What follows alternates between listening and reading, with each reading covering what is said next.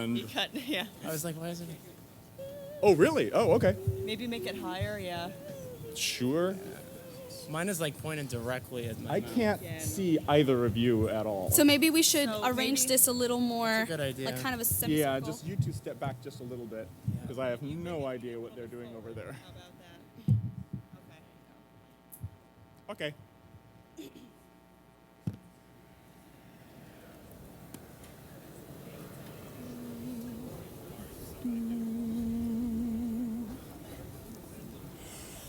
Blue and silver proudly flying o'er the college we all love.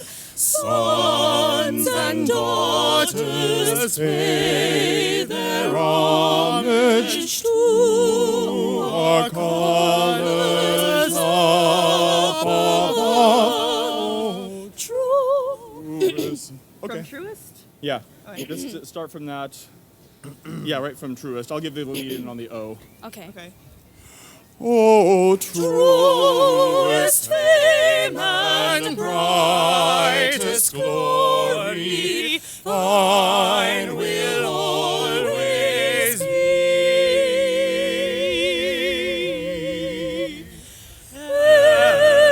Evermore we'll sing thy praises, squeeze our hearts out to thee.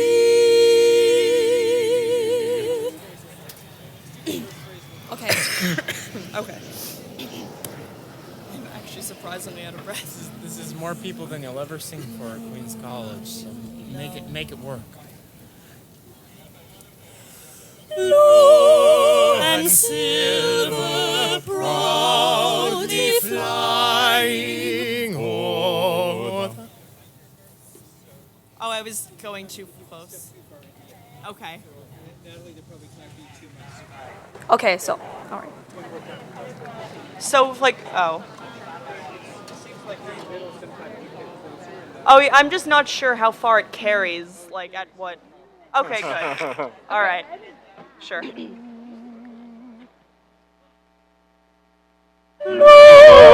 and silver proudly flying o'er the college we all love. Sons and daughters fair. Cool. Okay. Yeah. Sweet. Maybe even more, yeah. I can already Okay. tell, yeah. Awesome. Blue and silver. All right. To be honest, Where do we live?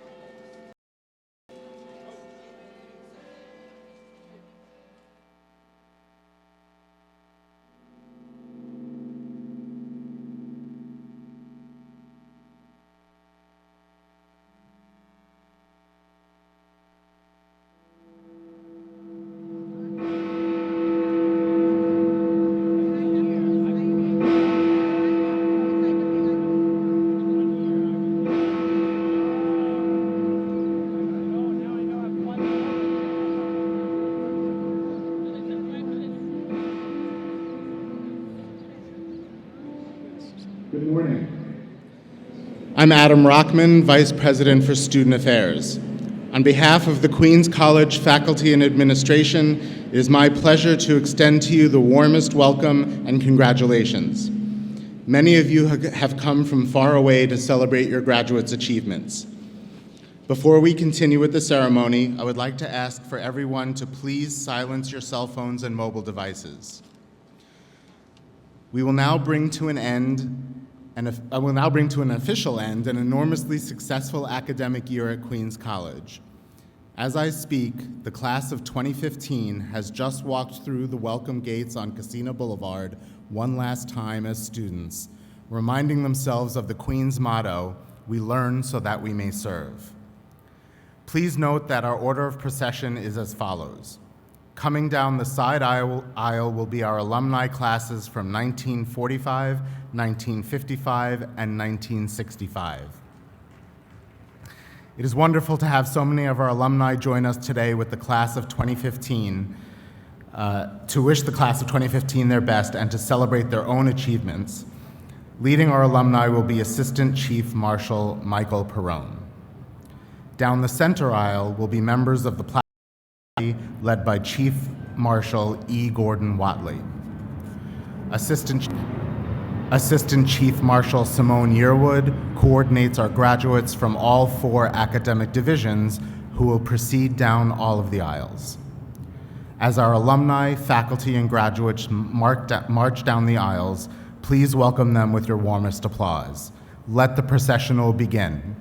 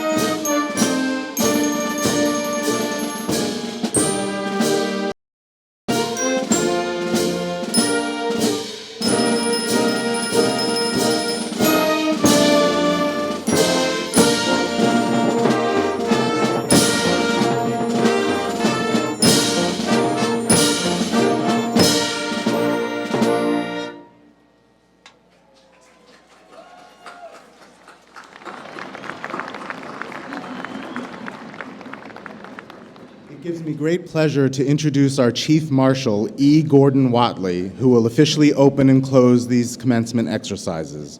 Professor Emeritus Watley holds a Bachelor of Arts in English from Merton College, Oxford University, and a PhD in English from Harvard. He taught medieval literature in the Queen's College English Department from 1980 through his retirement in August 2014. He served as Assistant and Associate Department Chair, taught in the English program at the CUNY Graduate Center, and was Director of the Queen's College Honors in the Humanities program. His research specialty continues to be medieval history and Latin hagiography, the study of saints. Today, Chief Marshal Watley wears the Queen's College chain that lists the names of all Chief Marshals from previous commencements. Please give a warm welcome to Professor Emeritus E. Gordon Watley.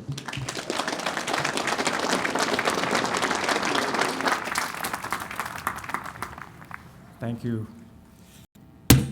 Ladies and gentlemen, the 91st Commencement exercises of Queen's College of the City University of New York are now officially open.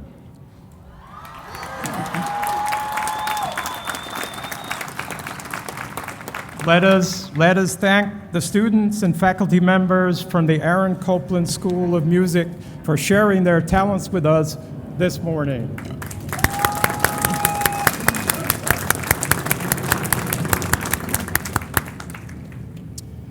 President Matos Rodriguez, I am honored to report that members of the graduating class, the faculty and staff of Queen's College, and representatives from the Board of Trustees and administration of the City University of New York are now present. All are gathered here for the 91st commencement of Queen's College.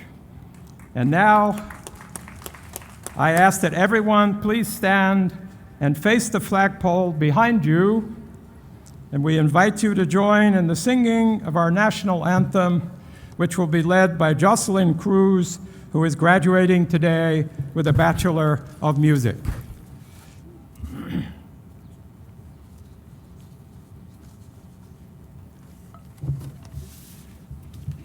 Sorry. Oh, say, can you see by the dawn's early light what so proudly we hailed at the twilight's last gleaming, whose broad stripes and bright stars through the perilous fight o'er the ramparts we've watched were so gallantly streaming, and the rockets' red glare, the bombs bursting in air, gave proof through the night that our flag was still there. Oh, say, does that star-spangled banner yet wave o'er the land of the free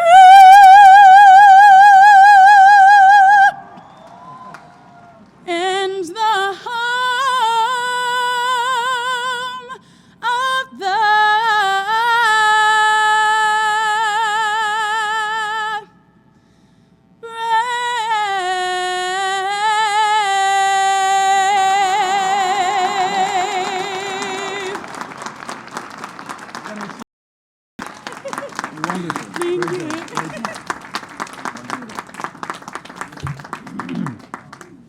Thank you, Jocelyn.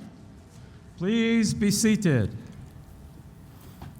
Ladies and gentlemen, it is my pleasure to introduce the president of Queens College, Dr. Felix Matos Rodriguez.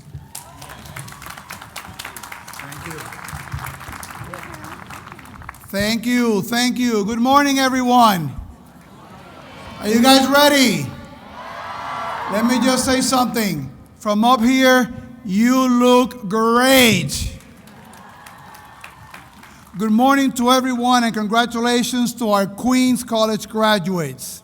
Your hard years of hard work, your countless sacrifices have finally paid off.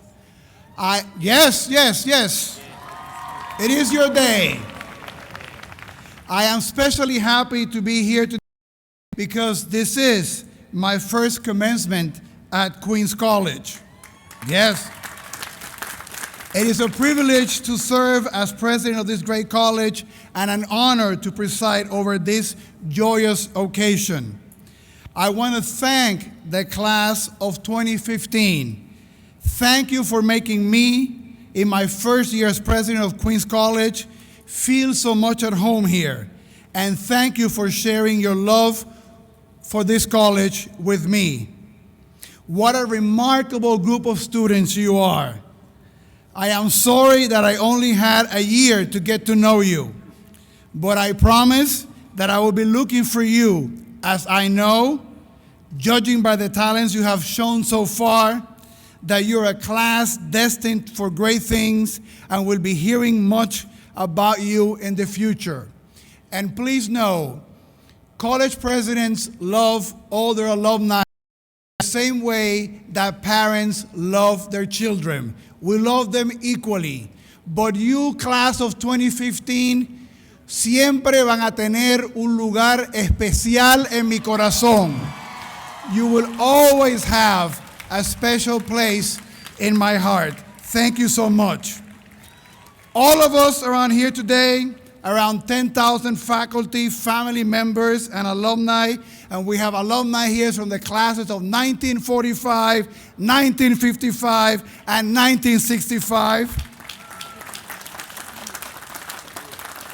We have gathered in this beautiful quad on the highest spot on this great borough of Queens to celebrate our graduates' achievements, and so many achievements to celebrate.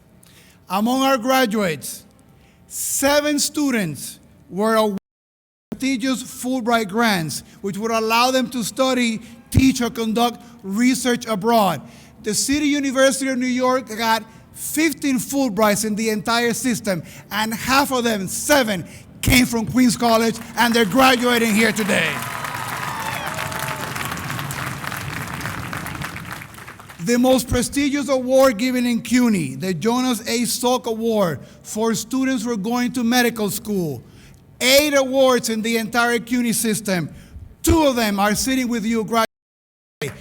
2 Salk Award winners among our graduates.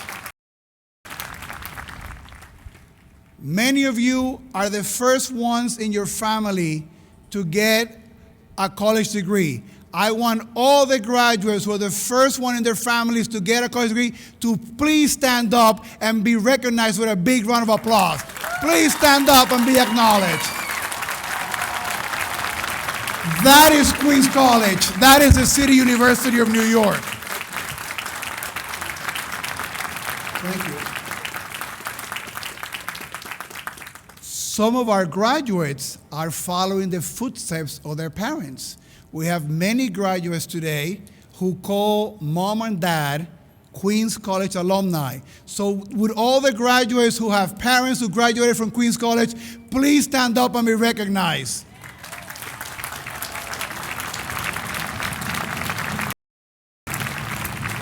Congratulations. We're celebrating commencement a little after Memorial Day, which we remember those who have fallen serving our country. We're also very proud to have a number of veterans who are graduating here today. So please, all the graduates who are veterans and have served in the armed forces, please stand up, be acknowledged, and get a round of applause. Thank you for your service. Thank you.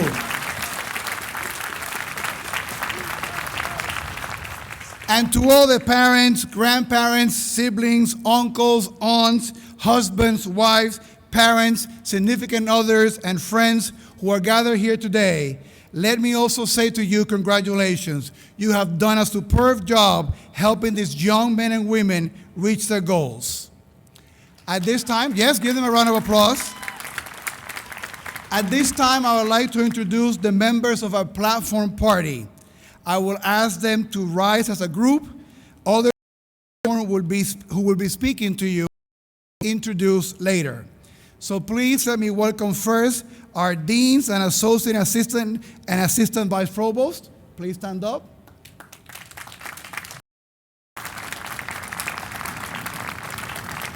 Thank you. Next, our vice presidents and assistant vice presidents.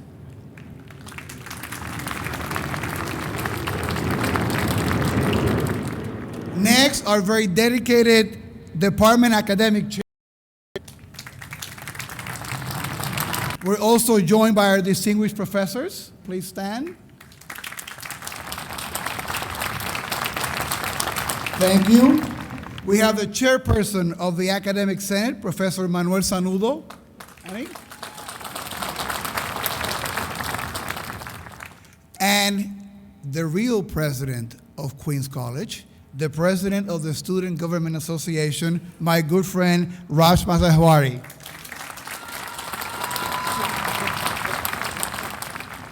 And we have two members of the Queens College Foundation. We have Gail Marquis here in the audience, an alumni. And we have James Mitterronda sitting in the audience because his nephew is graduating. So, James, congratulations to you too. You're very lucky that we have a number of special guests who want to bring you welcomes and to speak to you, right? The first one today is someone who needs really no introduction. He's been serving the citizens of New York, first in the New York State Assembly, later in the House of Representatives, now as the senior senator of the state of New York. We are particularly fortunate at the City University of New York that this man, who is among the hardest working elected officials in Washington, one of the busiest men in Washington, takes time to attend almost all of the City University commencements. So you are now in for a City University and a Queens College tradition. So please give an incredibly warm welcome to our good friend, the Senior Senator of New York, Charles Schumer.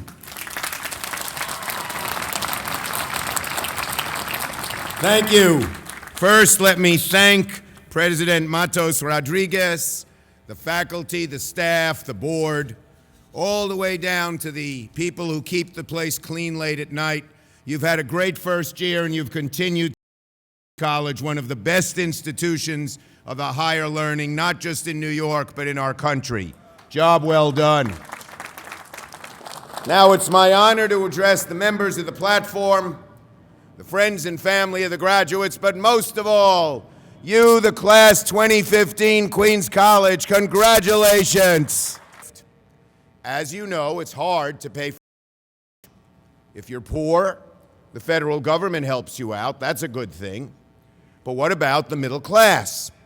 So, a few years ago, I wrote a law that said you or your parents paid for college can take $2,500 off your federal taxes to help defray the cost of tuition for each year of college or graduate school.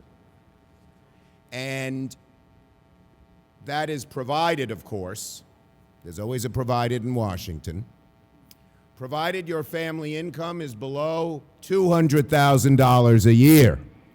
So, for those of you who come from families who make below $200,000, make sure you or mom or dad, whoever paid for college, takes that tax credit. Last year, about a third of all the people who were entitled forgot to do it because it's new. If you forgot to do it, for the last 3 years of college, you can file a simple form with the IRS and get as much as $7,500 back.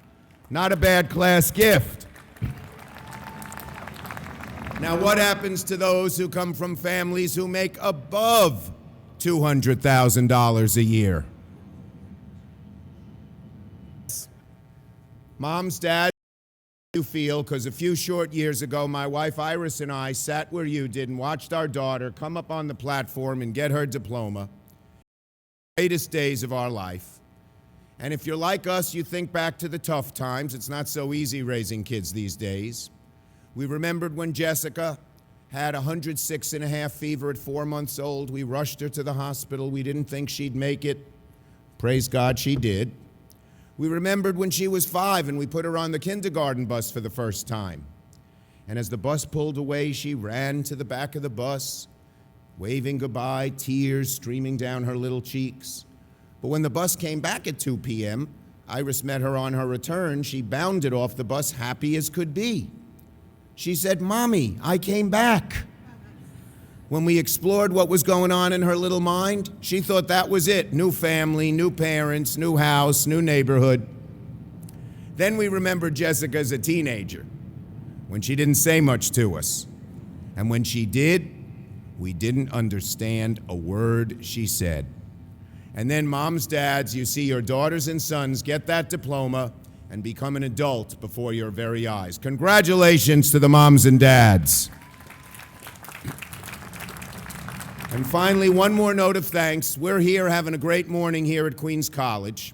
There are young men and women your age in our armed forces, often in dangerous places overseas, Iraq, Afghanistan, risking their lives for us. Let's have a round of applause for them and how much we appreciate them as well. So now to this great class, Queens College 2015. You know, you're graduating with a whole lot of advantages. One is your education. Only about 1/3 of all the young men and women your age will even get a college diploma. And even those who do, their education isn't quite as good as the education you've received here at Queens College. So you're starting out with a leg up educationally. Second, you're the first generation to grow up amidst all of this new technology. You know, in 1988, a few years before most of you were born, that was the first year the word internet was used in print. There was no Facebook and no Twitter, no Google, no email, no texting, OL. In 1994, when most of you were toddlers, there were 13 websites on the World Wide Web. That's it, 13. Now there are 14 billion, and that shows you how quickly technology is changing our world. But you know, your parents, your teachers, me, we try to get used to this technology, but it's hard for us. We're learning it as adults. But you were born into it. Technology is to your generation as water is to a fish. You've been swimming in it your whole lives. It comes instinctively to you. So, the fact that you've gotten a great education here at Queens College, and the fact that you're the first generation to grow up instinctively familiar with this new technology means one thing. Now is the time to figure out what your dream is, and then reach high for it, even if it seems hard to get to. Then, reach deep down inside yourself. See what you're made of. See if you can achieve that dream. My advice to the class of 2015 is simple. Go for it. Now, sometimes you'll make the right choice, but if my experience is, sometimes you'll make the wrong choice, but if my experience is any indication, you'll pick your, dust yourself off and move forward. But if you make the right choice, with a lot of hard work and a little luck, some prayer, your life will be enriched forever. Now, I learned these things myself. When I was seated at college graduation many decades ago, as you are seated today, I learned that I had won a scholarship to travel all expenses paid for a whole year. For me, it was the opportunity of a lifetime. I had never been out of the country before. But at the same time, and for the first time, I met a girl and I fell in love. I know what you're thinking. Aww. I had to decide.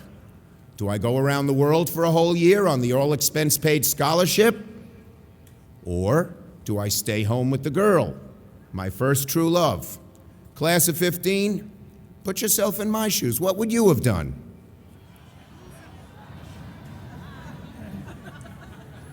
Mr. President, the class is divided. Well, I stayed home with the girl. I should have listened to you. That summer,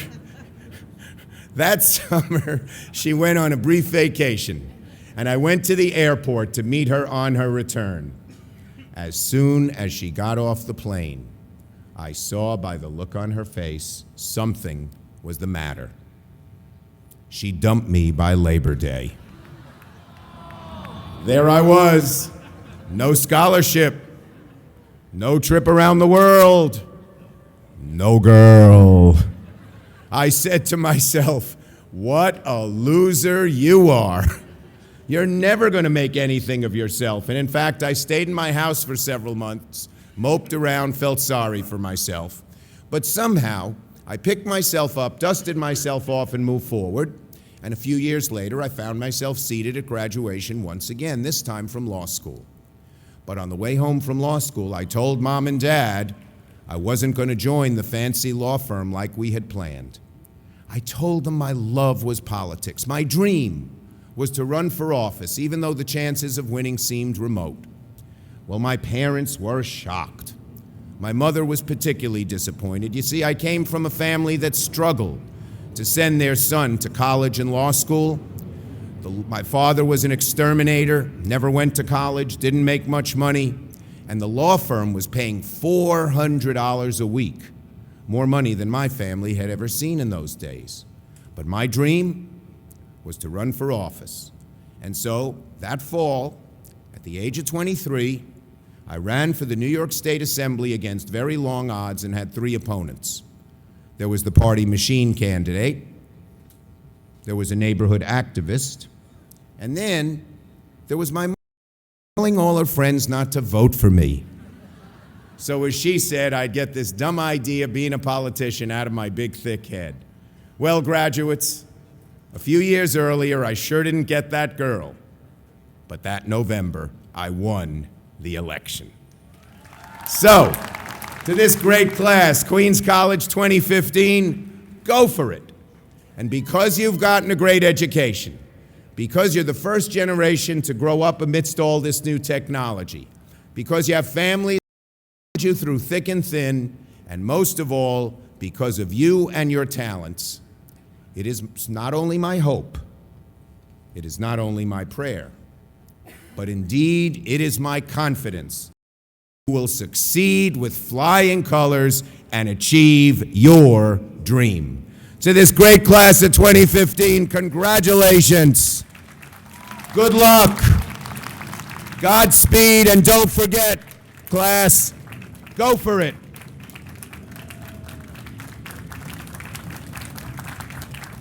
Thanks.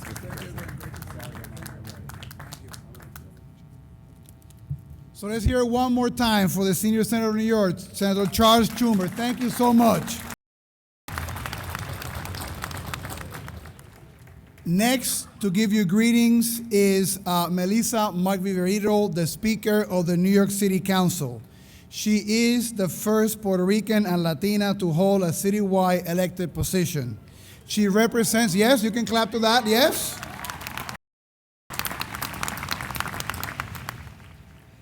She represents the 8th District, which includes El Barrio, East Harlem, and the South Bronx. In 2009, she was elected to a second term in the City Council, during which she served as the chair of the Committees of Parks and Recreations, the founding co-chair of the Progressive Caucus, and as a member of the Black, Latino, and Asian Caucus in 2011. I am delighted to have somebody here who's been a pioneer in her time in City Council. She was one of the founding members to begin the first ever participatory budget process in the city of New York, which meant that the people she represented had a voice in the way that the money in her district was distributed. She has been an incredible speaker, a great friend of the City University of New York. Many of you are graduating today with scholarships that were designated in her first year as speaker for students who had merit and needed financial aid. So many of you are graduating because of that commitment to our students in Queens College and in City College. She's a dear friend and a great leader, and it gives me great pleasure to introduce to you the Speaker of the City Council of New York, your friend and my friend, Melissa Mark Viverito.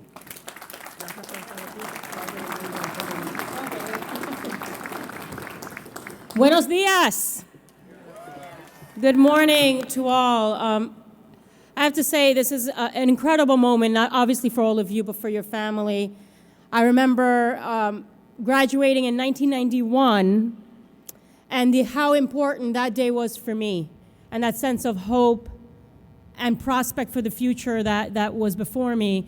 So I know how important this day is. It was not an easy moment, as it is probably not for many of you, because at one point when I was in college, I actually thought of leaving college. But I knew how hard I had worked for that. I knew how hard my family had worked for that, and I stuck it through and graduated, and very happy to have done that. So congratulations to all of you. I want to congratulate all of my colleagues in government that are here and that you will be hearing from, and in particular my colleague, Councilmember Rory Lansman, that is a graduate of Queens College as well. You know, it's a really beautiful and exciting morning here at Queens College, and it really is a pleasure and an honor for me to be here at your 91st commencement.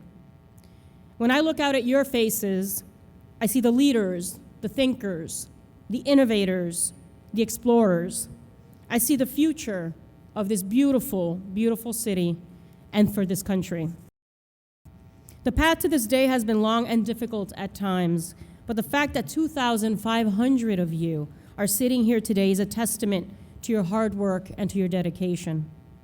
I know that there are great things in store for each and every one of you, and your success is New York City's success. We all look forward to watching you shine bright today and every day. I also want to take a moment to thank the incredible educators at Queens College, the faculty, the staff, who have served as mentors and friends to this graduating class. We can give them a round, right? These individuals provide an invaluable support structure for the student body, and as much as this day belongs to all of you as outstanding graduates, it also belongs to the educators that help make this graduation ceremony possible. CUNY and its colleges, its community colleges, serve as a beacon of hope for so many. And within all of the colleges and community colleges of CUNY lies the hope and the future of New York City. And let's not forget our unsung heroes also, which is the maintenance staff and security personnel and facility staff and everyone else who makes Queens College the stellar place that it is.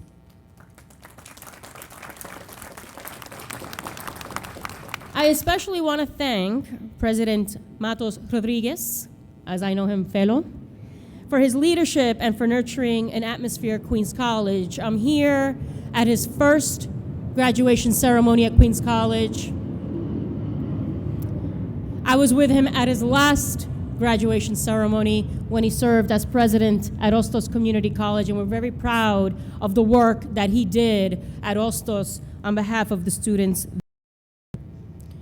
Your leadership is very much appreciated, and also that you have nurtured an atmosphere here at Queens College that encourages curiosity, creativity, and above all, questions.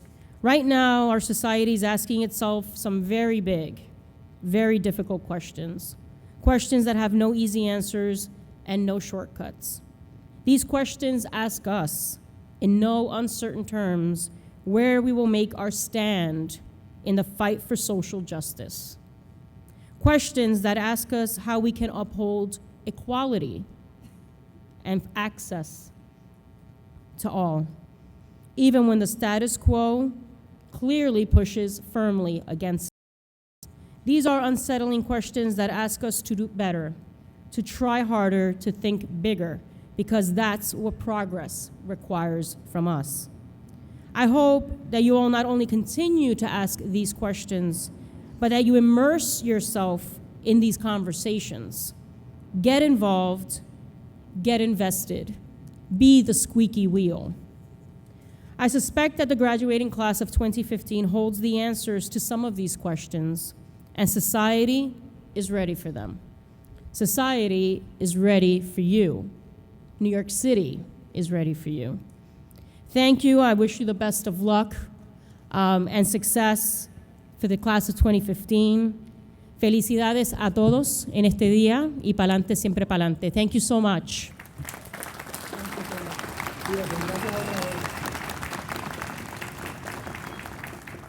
Let's hear again for the City Council Speaker, Melissa Mark Viverito. Thank you. I'd like to introduce another dear friend of the college, our Board President, Melinda Katz, who was born and raised in Forest Hills, Queens.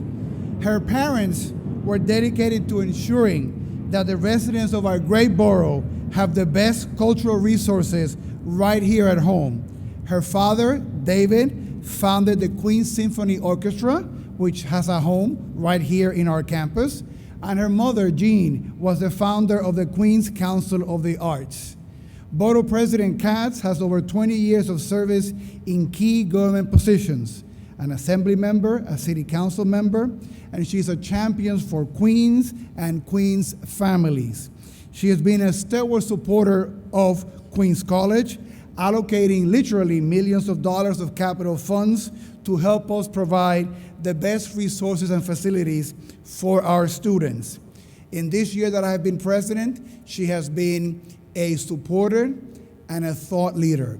I enjoy working with her, always asking us to do better, to think about how we can improve our projects and how we can provide the best facilities, the best space, the best for all our students here at Queens College and for the community that comes here to benefit from cultural events and other projects like that. So I'm delighted that we're here joined by my Borough President, Queens Borough President, Melinda Katz.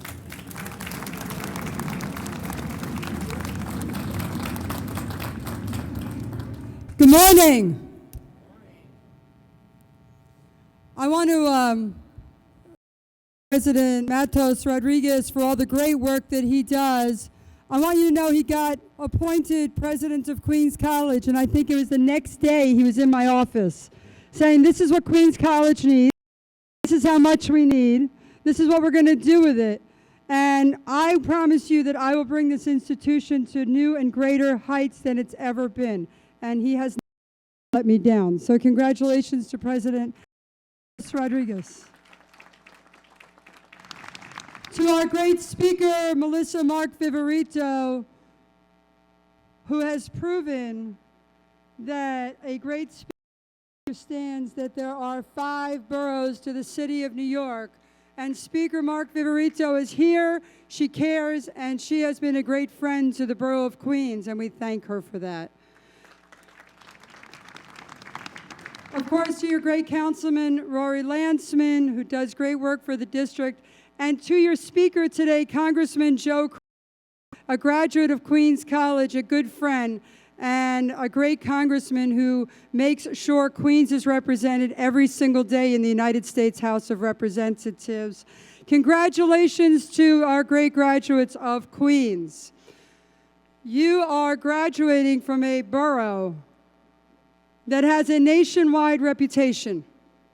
You're graduating from a borough that represents over 120 countries from all over the world right here in the borough of Queens. We speak over 130 languages here in our school system. We are the most diverse area on the entire planet.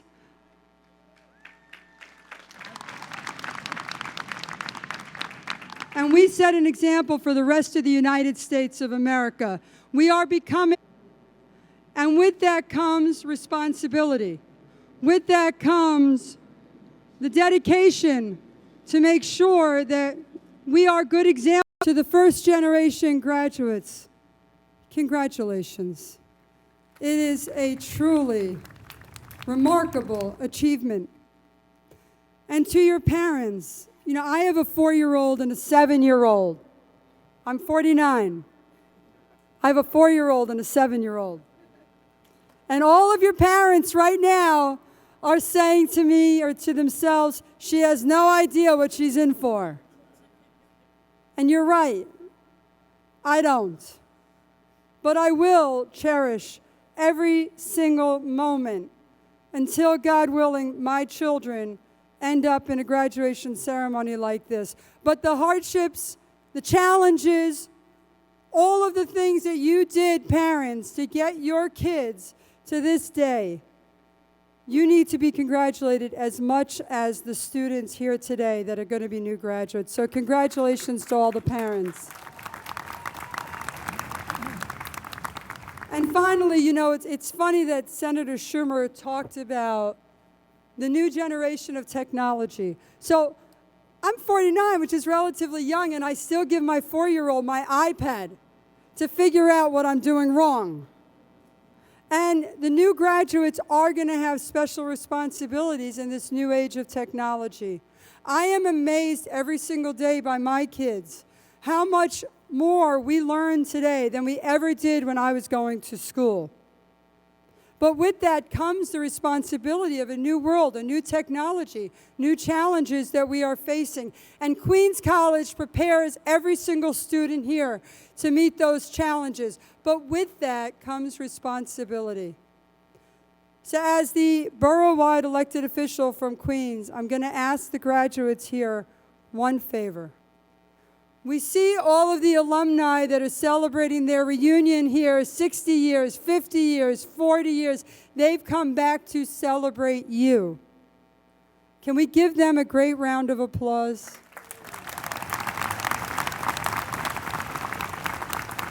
But it is an example, graduates, that as elected officials alone, we count on folks coming back to our institutions.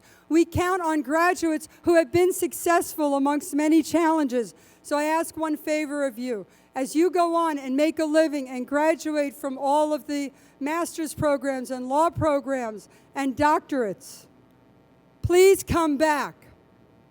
Please come back to whatever you care deeply about now, to whoever gave you that leg up, to whoever reached down and said, you know what, you can do better. I have plans for you. I will not let your challenges stop you from succeeding in your goals. Please come back and give back to your community. Give back to your college.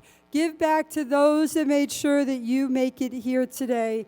And on behalf of the 2.3 million people I represent, I congratulate all of you for your great successes. Thank you.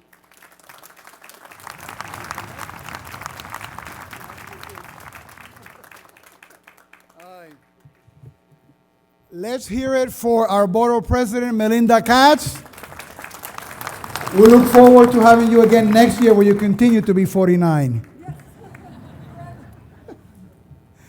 Now to give you greetings is someone who was also born and raised here in Queens and of Queens College and a proud graduate here at Queens College, but he also met his wife, Morgan, on our campus. So she too is an alumnus of Queens College. Prior to being elected to the City Council, he served 3 terms at New York State Assembly, where his legislative agenda focused on issues relating to workplace safety, homeland security, public safety, and government reform.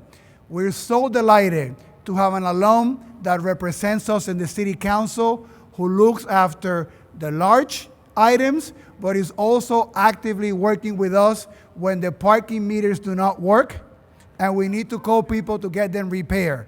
That's the level of attention he gives to the issues that affect you here. So it gives me great pleasure to introduce our alum, our great friend, and our member of the City Council, Rory Langman.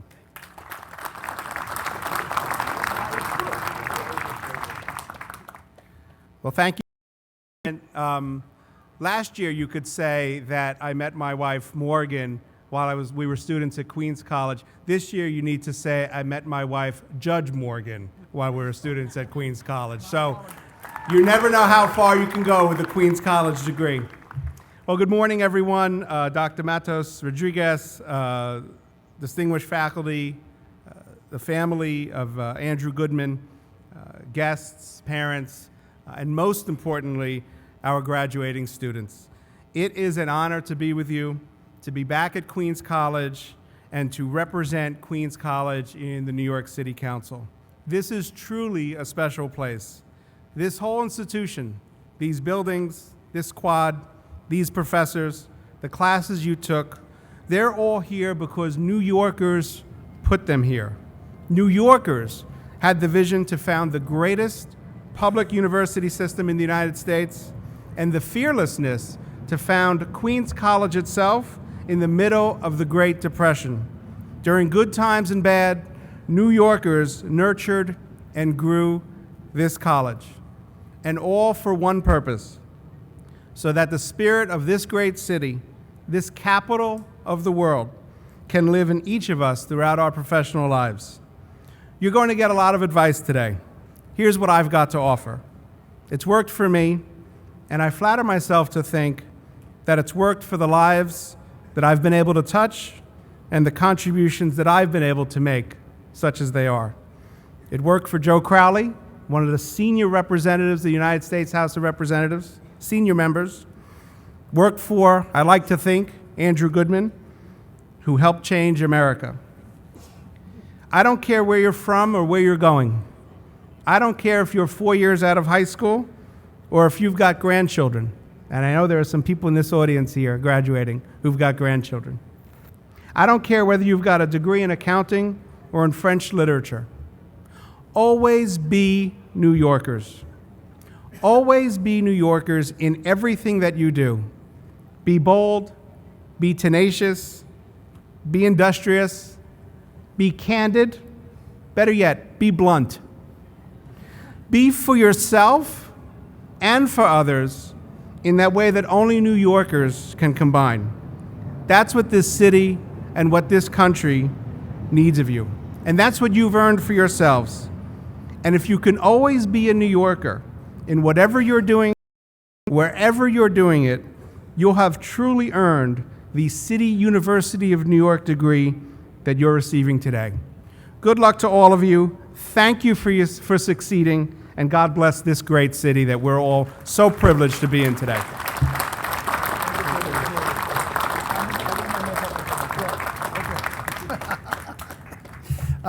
Again, another round of applause for our alum and city council member, Rory Lankman. Now we will hear greetings on behalf of the City University of New York's Board of Trustees from another proud alumnus of Queens College, a member of the Queens College class of 1973, a great friend of our college, the vice chairperson of the CUNY Board of Trustees, and recently the new vice president for human resources at the Clinton Foundation, our great friend, Philip Alfonso Berry.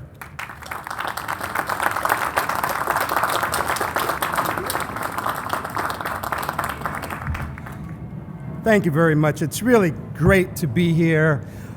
First, I want to give honor to all of the distinguished political figures who have come here to witness and also to offer you greetings. I want to also honor a number of the that we have here in the audience, also the classes of 45, 55, and 65 who are here, my fellow alums. How are you? Really good to see you here.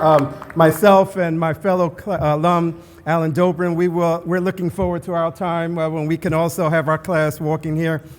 I also want to give honor to all of the distinguished faculty who are here, who you could not do a lot of this work without them. Please give them a note of your thanks for all of the hard work that they do in preparing you for this great journey. And most importantly, what I want to do is to give honor and recognition and greetings to the class of 2015. It's so great to say that. It's so great to hear that. And we really are glad that each and every one of you are here. On behalf of the Board of Trustees, I really am glad to be here to give you greetings on behalf of all of the trustees. And there are I am told, over 5,000 graduates, individuals who are graduating. That's just wonderful. It's a record for us, and we are proud of each and every one of you.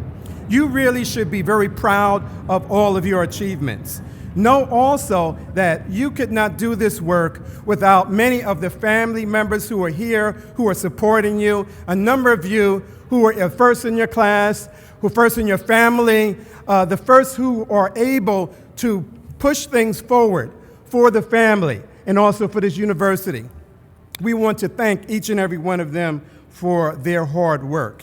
And also remember that there are a number of individuals who have graduated. You are going to be joining the ranks of a number of alums. In fact, we have some alums who have just spoken. You're going to hear soon from Joseph Crowley, who is our commencement speaker today, a really fine example of the work that we know many of you are going to and have already exhibited. He started a small business and ran it for nearly a decade. And now he is serving the people of Queens and the Bronx, and he's been doing that since 1998. Please give him a round of applause. You'll be hearing more from him later. I'd like to just briefly share with you a quote from our president, the President of the United States, Barack Obama, who said that it took a lot of blood, sweat, and tears to get where you are here today, but we have just begun. Today, we begin in earnest the work of making sure that the world that we leave our children is just a little bit better than the one that we inhabit today. And we know that you are going to leave this type of legacy. There are a number of alums who have done this. You joined their ranks. We welcome you, and we look forward to a number of the achievements that we know that you are going to make. Inventions, new businesses, new ways of approaching science, music, the arts. All of these are just a few of the contributions that we are looking for from each and every one of you to innovate and make this world a better place. Class of 2015, we know you can do this. And what's interesting is that you have a very good example of somebody who is here. If we look at our a graduate who is also graduating summa cum laude. And are you ready for this? If we think about what Elieho Pearl has done, he is graduating with a degree, a BA and an MA in philosophy, a BA in biochemistry with minors in biology and biochemistry. And do you know what he does in his spare time while he's been studying for all of these degrees? He volunteers as a medical clown, healing others with his red nose and a smile. Give him a round of applause. It is this type of multifaceted student that we know that Queens is able to produce. And we know that you are going to continue to make these dedications. So go and make this a better world. And the last piece that I want to leave with you is this. A number of the individuals who will speak to you today, you may not remember all of their words. You may not remember all of their names. But one thing is for sure, and I will tell you this, I still remember the experience of going through a commencement when I was here over 40 years ago, and you are going to feel that too. So seize this day. Carpe diem. It is yours. Enjoy it. Congratulations.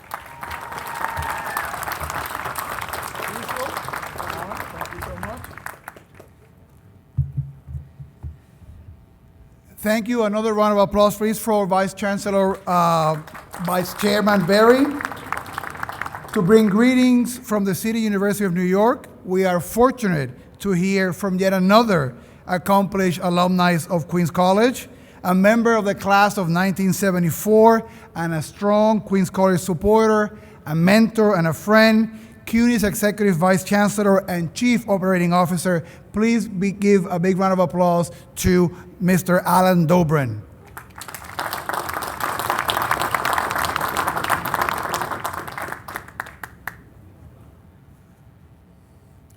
Thank you.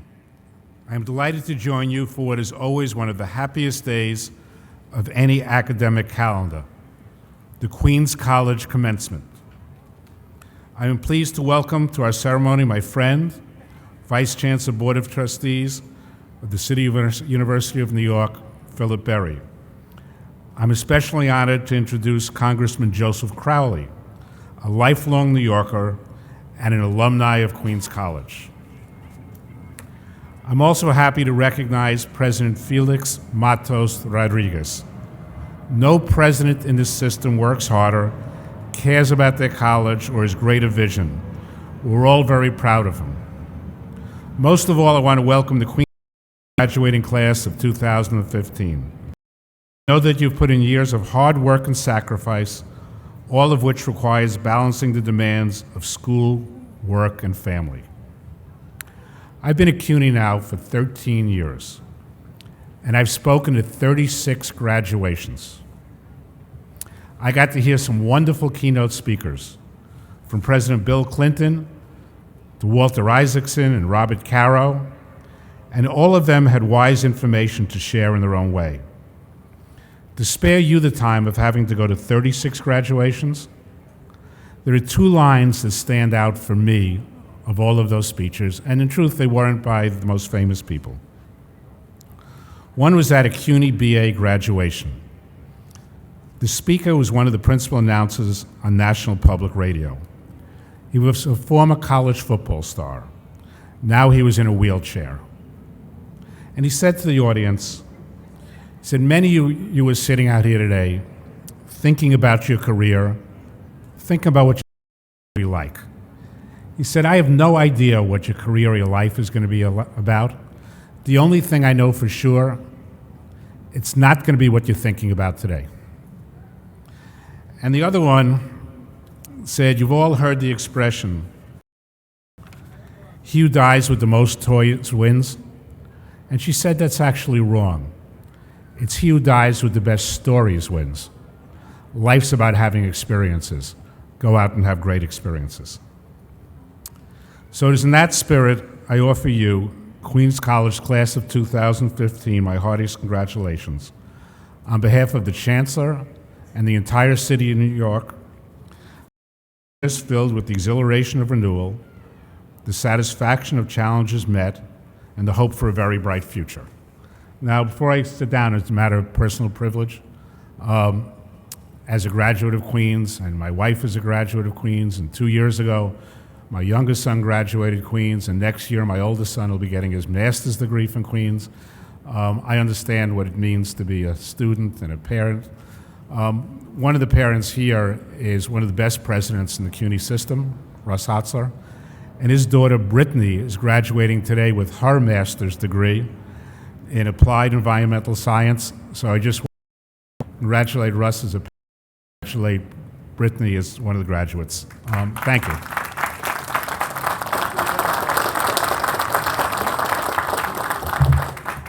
Thank you again, Alan Dobrin. And that's what happens when folks outrank you. My next thing was going to be to acknowledge our good friend, President Ross Hostler from New York City Tech, who also served as president of Queens College. So Ross, please stand up and be acknowledged.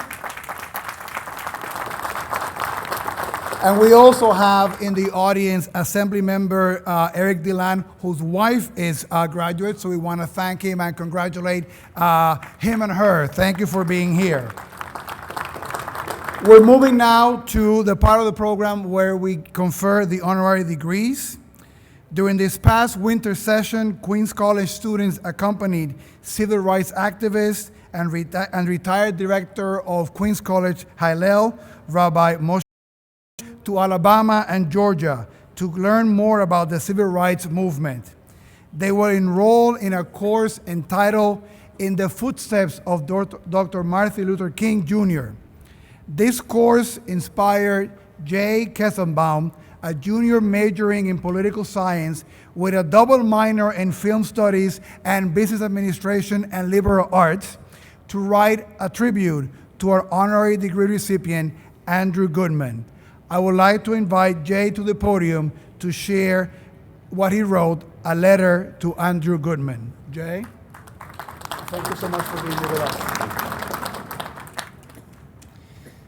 After returning from the trip that Queens College ran in the winter in the footsteps of MLK with Rabbi Shor, I wrote this reflection. It is a letter to Andrew Goodman, Presidential Medal of Freedom, Queens College student. Dear Andy, my name is Jay Kestenbaum, and I've just gotten back from Atlanta. I was on a trip called In the Footsteps of Dr. King. While I followed in his footsteps, I saw you there. Yes, it was you, Andy. Andy, it was you, the young, Jewish, and politically conscious Queens College student.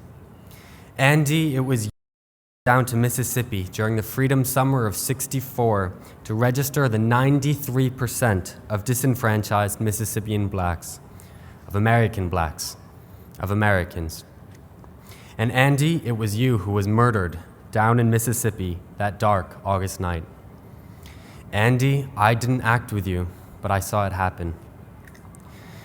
Dear Andy, I glimpsed the same southern starry night sky you and Dr. King once peeked at with a brighter tomorrow. I looked out that bus's window and noticed you, Andy, sweat dripping down your face during a hot Mississippi summer day. It was you knocking on the doors of those Americans. Later that day, I witnessed your murder. I saw your torched car. I saw the sweltering heat of injustice upon the red hills that we drove by. What struck me wasn't a cold bullet in my forehead, but your dark hair and brown eyes, your sweat, your commitment. Andy, I didn't die with you. I saw it happen. Dear Andy, you deserved a life, not a medal. You deserved to go home, go back to school, and live. Yet you answered a call beyond yourself. Your message is clear and powerful. Some things are worth the risk. Some prices are worth paying the ultimate cost. Benjamin Franklin said that a man who gives up his essential liberty to purchase a little temporary safety deserves neither liberty nor safety. Andy, you have challenged us to greater.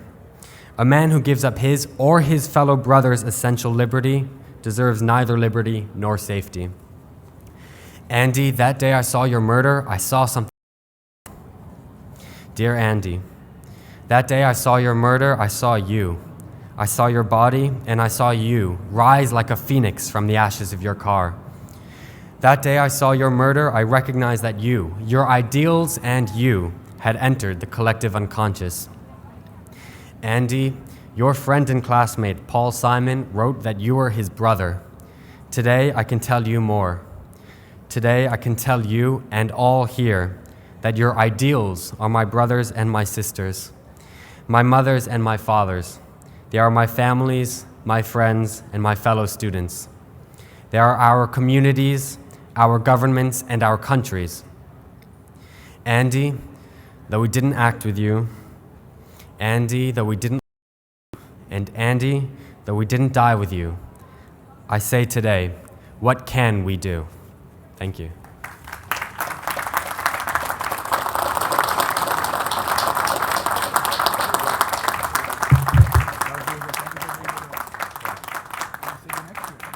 Yes. Thank you so much, Jay, for that moving and heartfelt tribute, and look forward to seeing you next year when you graduate here at Queens. We will now present the honorary doctorate to David Goodman, who's accepting this degree on behalf of his brother, Andrew. Mr. Goodman, please come up to the podium while Provost Elizabeth Henry reads excerpts from the citation for Andrew Goodman in your program.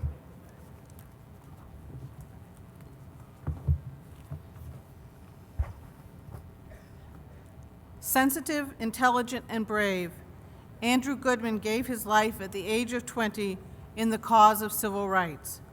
His violent death during Freedom Summer made headlines and moved people around the world, but was felt especially keenly here at Queens College, where in 1964, Andy was a student whose friends, fellow students, and teachers, along with the entire college community, mourned his tragic loss. In volunteering for Freedom Summer, he hoped to help disenfranchised African Americans in Mississippi exercise their right to vote.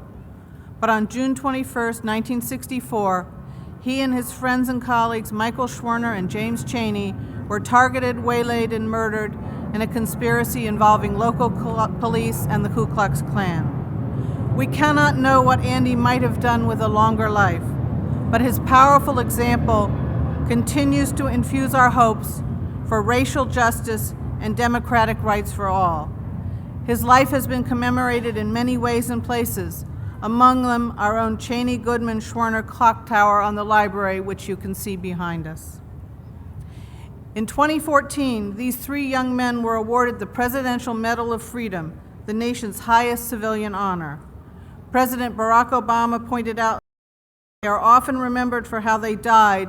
We honor them today for how they live, with the idealism and courage of youth. With sadness and for his unjust death, gratitude for his well-lived life, and appreciation for the values and vision he brought to our community, Andy's memory is deeply cherished and respected here.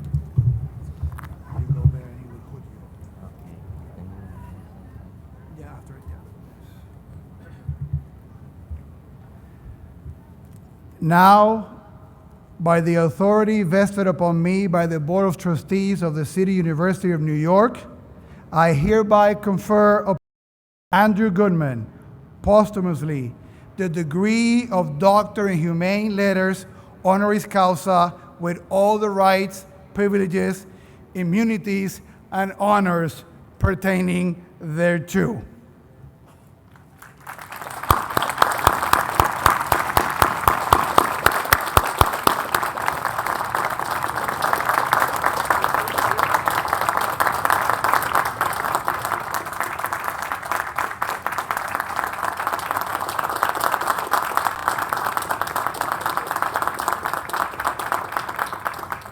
David Goodman.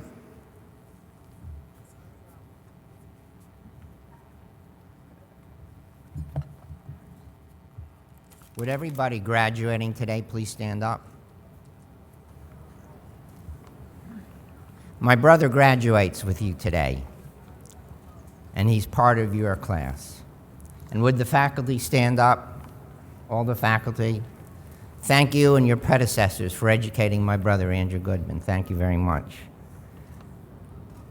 Dr. Matos Rodriguez, Mr. President, thank you for this extraordinary honor. I appreciate it very much. To the class, you can sit down. I don't want to keep you standing too long. On June 21st, my brother Andrew Goodman was murdered along with James Chaney and Michael Schwerner because, as ironic as it may sound, these three young men responding to the call serving our great American democracy. It is not surprising that my brother Andrew Goodman would go to Queens College, where heart and soul is embodied in this simple motto, we learn so that we may serve. It's also a model of behavior. When my brother was 15 years old in 1958, he heard about serious problems regarding coal miners in West Virginia. He learned that they worked hard and had no health insurance, earned wages which still condemned them to live in poverty. And he thought these conditions were unfair. He had already learned much about mining from our father, Robert Goodman, who was a second-generation civil engineer, along with his fathers and brothers specializing in tunnel mining. Our family built large portions of large public works like the 8th Avenue subway in New York City, the Lincoln Tunnel, the Brooklyn Battery Tunnel. We love New York, by the way. Andy knew that New York provided their workers and made sure they had health insurance and workers' compensation. So when he heard about conditions in non-union coal mines in West Virginia, he wanted to learn and understand more. He got on a Greyhound bus with a friend, traveled to West Virginia, interviewed mine workers, talked to local people, and he came back and reported to his schoolmates what he saw. He was not ready yet, however, to serve, but he did learn. By the time Andy got to Queens College 5 years later, at the age of 20, he still felt compelled to learn about our world, in particular our great nation.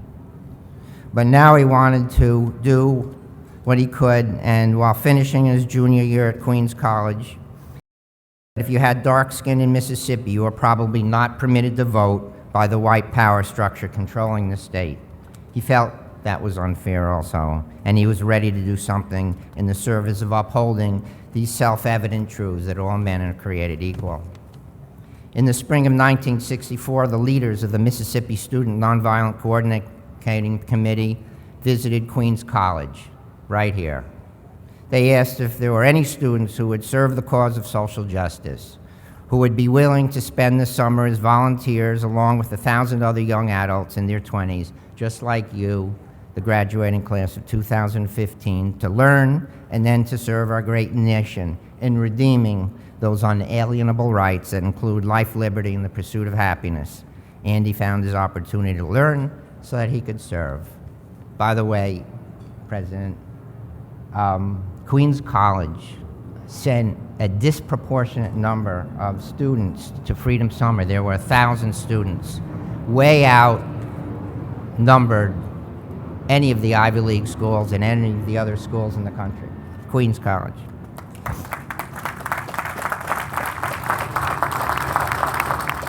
The story of Andrew Goodman is inexorably linked to all of you. You own this story. This story belongs to America, not to the Goodman family or the Schwerner and Cheney family. Andy had the idea that he could be a meaningful participant in our democracy, an idea that flourished right here at Queens College. So, as you learn, so shall you serve. It is the greatest expectation and a gift the learning community can provide. It is with honor I accept this Doctor of Human Letters on behalf of my brother Andrew Goodman, who had the privilege of learning and serving from Queens College community over 50 years ago. Class of 2015, Queens College has prepared you to serve our nation today. Congratulations. God bless the class of 2015. God bless Queens College. God bless America. Thank you very much.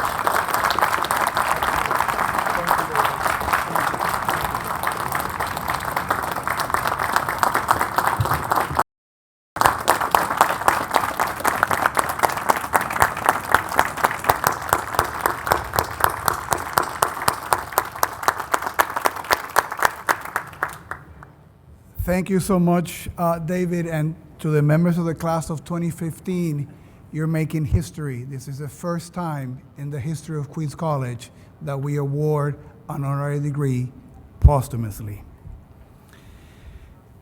It is my pleasure to introduce our commencement speaker and the recipient of this year's Queens College Presidential Medal. This member of Congress represents the 14th District of New York, which stretches from Pelham Bay in the Bronx across the river to Elmhurst in Queens. Can anyone guess the great college that he attended? College, thank you, we have a winner, row 22. Can you guess which class he graduated from? No, 1945, no. 1985, right? I will now read only a few parts of the citation for Congressman Crowley, which is included in your program. A native New Yorker, he grew up in Woodside, Queens, and a citizen of the world, Joseph Crowley has served in Congress since 1998. Previously, he represented the 30th Assembly District in the New York State Assembly. The son of an Irish-American father and Irish immigrant mother, he has worked tirelessly for the issues that concern his economically, racially, and ethnically diverse constituencies, including education, economic opportunity, immigration reform, security, and human rights. Congressman Crowley is the vice chair of the House Democratic Caucus, serves on the House Ways and Means Committee, and remains chairman of the Queens County Democratic Party. Like most New Yorkers, his life was profoundly changed on September 11, 2001, when he lost his first cousin, Battalion Chief John Moran. In response to this tragic loss, he spearheaded the creation of the Public Safety Officer Medal of Valor for first responders who lost their lives, led efforts to create the Urban Area Security Initiative, and was instrumental in the passage of the James Zadroga 1911 Health and Compensation Act for first responders and workers at Ground Zero. Liberal arts, critically inquiring Queens College students. So you would ask, President Matos Rodriguez, why is Congressman Crowley, with such an impressive record, such a distinguished commitment to the college, getting the President's Medal and not an honorary PhD? Right? The bylaws of the City University of New York prevent us from giving honorary degrees to elected officials currently serving in office, right? So we look forward, one of the many talents that our congressman has is that he's one of the best guitar players in the borough of Queens. He has his own. So when he so chooses, and when he decides to leave public life, and we're in no rush, we value your service, at that moment, I shall recommend to the faculty and the Board of Trustees that we give an honorary degree, honoris causa, in music to Congressman Joe Crowley. So while he continues to play and to lead us in Congress, it is the Presidential Medal of Service in recognition of his impressive record of leadership, service. So we're proud to give him the 2015 President's Medal. So, here you go.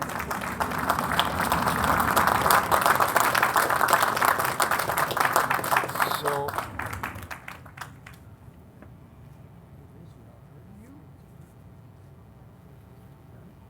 congratulations. Thank you very much. And, oh, you get the citation too?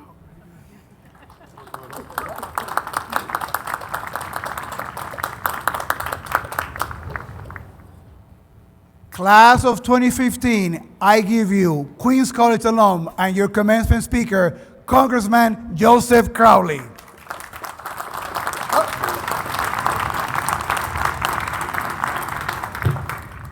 Thank you so much, Felix. Thank you, President Rodriguez, for that introduction. I want to thank all of you for this incredible honor today. 30 years ago, I are today. As a member of Congress, I order you to stop flying over this campus. All right, he got rid of him anyway. I never would have believed that 30 years later I'd be standing before you giving a commencement speech. But quite frankly, young men and women, this is an example of anything can happen. As President Rodriguez said, I am a graduate of this wonderful institution, and I never had the opportunity to say it too often when I was here. But I'm going to say it right now. Go Knights! We didn't have that many great teams back then. But it is very humbling and gratifying and a very come full circle feeling to be here before you today. I'd like to think that it wasn't too long ago that I was sitting in one of those seats, but quite frankly, it was 30 years ago. But I remember vividly how excited I felt to put on the robe that morning. I remember how proud and accomplished it made me feel to put on an overly small cap on my overly large head. And not just because I knew I wouldn't have to write any more term papers, but because I knew that all the hard work was finally coming to fruition in front of my parents and in front of my entire family. So before I say anything else, first and foremost, I want to give a big congratulations to the graduating class of 2015.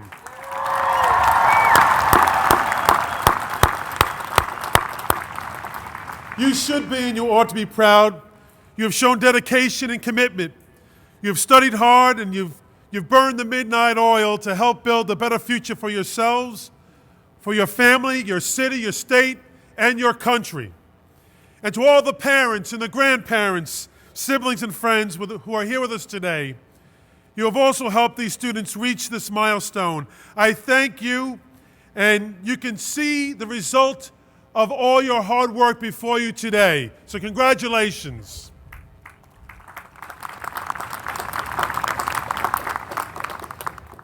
But in higher education, it is called commencement because it isn't seen as the end of your education. Rather, it is seen as the beginning of putting your education to use. And I can tell you from experience that your time here at Queens College will put you at a great advantage, even if you might not realize all those ways at this moment. Like so many of you, I grew up right here in Queens. But for most of my childhood, I lived on the same block in Woodside, Queens, my extended family and my local community.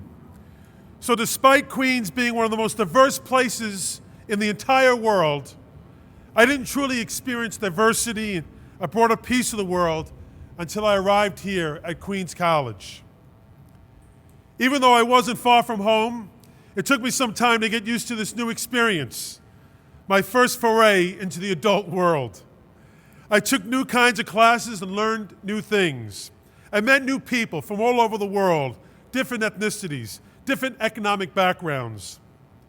This place, quite frankly, didn't look as beautiful as it does today. Queens College truly opened my eyes to the world around me in a unique way that I'm not sure would have happened had I gone to any other institution. But it wasn't without help. I had some fantastic mentors, like Pat Rachel and Mike Krasner from the political science department, like Jim O'Hara, then Vice President for Student Affairs, and so many other people who influenced my life here at Queens College. To all the faculty, I say, thank you for all you've done. They encouraged me to follow my interest in service and in politics, and to do things and to get firsthand and hands-on experience. So naturally, one of the first things I was encouraged to do, and I did, is I ran for student body president here at Queens College. And guess what? I lost. Hey, now quit cheering over there. I heard that. But the experience taught me a lot about forging relationships and developing mutual understanding, talking about ideas, and focusing on the future. I also learned that it isn't exactly safe putting up election posters in the median of the Long Island Expressway. Now, I'm not saying I did it. I just found out it wasn't safe, so don't try that. But seriously, it was a community here at Queens College that laid the groundwork for me, just as it has. I distinctly remember my professor, Pat Rachel, giving me some important advice upon my graduation. I told her that I wanted to go to law school, but I also wanted to go to see the world. And she told me, before you do anything, go out and see some of the world. I took that advice to heart, and I was fortunate enough to go on a trip overseas with a few friends to London. And while visiting those friends, word came over the radio that the Berlin Wall was coming down. So on a whim, I jumped on a plane, and with a few friends I had met along the way, I found myself a few hours later in West Berlin. We stood on the front line of history as thousands of Germans who had been separated for decades tore down the 100-mile-long wall that divided them, and I took a few myself. Now, I had always been interested in politics, and even as a kid, I had followed the struggles for freedom in the north of Ireland. But that moment, it was incredible. All at once, the importance of seeing the world, the power of politics, the value in bearing witness to history. I was a part of it all. The truth is, though, it's not just the big moments that matter. Learning that we as individuals have the power to make change happen should motivate each and every one of us, no matter the career path that we choose. But to sow the seeds for that inspiration, it took a depth of understanding about the world and about each other that a place like Queens College uniquely provides. For one man who we honored here today, I'm sure Queens College played a role in sparking that understanding.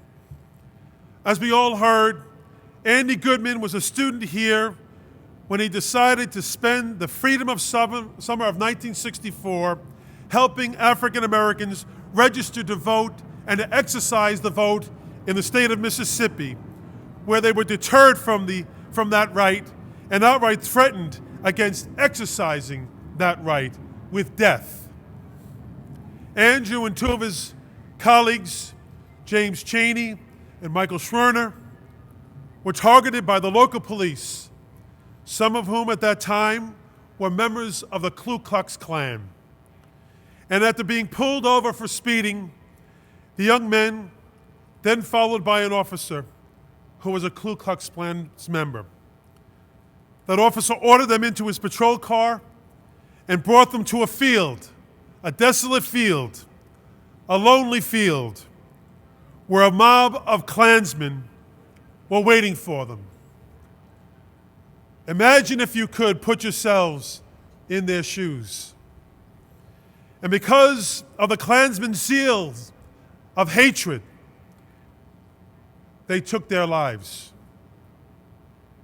They probably thought that by killing Andy and his colleagues, they could extinguish the flame of justice and integrity that burned bright within Andy and his friends. But they were wrong. Andrew was not from Mississippi, or anywhere nearby for that matter. Andy was not African American. He was not personally persecuted in his past. He was a Jewish kid. He was a New York City kid. But none of that mattered. Andy, like so many others who participated in that summer of freedom, had clearly learned that, as Martin Luther King said, injustice anywhere is a threat to justice everywhere. And he was motivated to take up their cause in order to make a better life, not for just himself, but for all of us, for all of you. That Queens College is willing to grant an honorary degree to someone like this says something about the integrity of this institution. And it says something about all of you as well. All of you have what it takes to continue the spirit of Andrew's efforts, reignite his flame, and carry that flame forward. You see, you can take advanced calculus or molecular biology or sociology anywhere. But it's what you learn from the array of outstanding individuals and distinct experiences here at Queens College, what some call soft. You've learned how to walk in each other's shoes. Given that we're honoring Andrew here today, I can't help but share a quick story, a unique experience of my own as well. A few years ago, I had the privilege to journey with civil rights era and current Congressman John Lewis, an icon, a man whom I love, to Selma, Alabama. And as I was able at the time to also bring members of my family and my two oldest children with me. Each year, a group called the Faith and Politics Institute arranges a pilgrimage for members of Congress and others to journey to the South. Arm in arm, what is known as Bloody Sunday, we walked across the famous Edmund Pettus Bridge alongside Congressman Lewis, who led the march on that fateful day in 1965, when peaceful protesters were savagely beaten by Alabama state troopers. But my family and I were there at one of the most emotional moments of the trip that year, when the chief of the Montgomery Police Department officially apologized to Congressman John Lewis for the treatment that he was given there 50 years earlier. Afterwards, my oldest son, Cullen, who was 13 at the time, asked me if he could hug John Lewis. I was moved to see my son so moved. And if you'll pardon me for just a moment, I would like to ask David if he would give me a hug.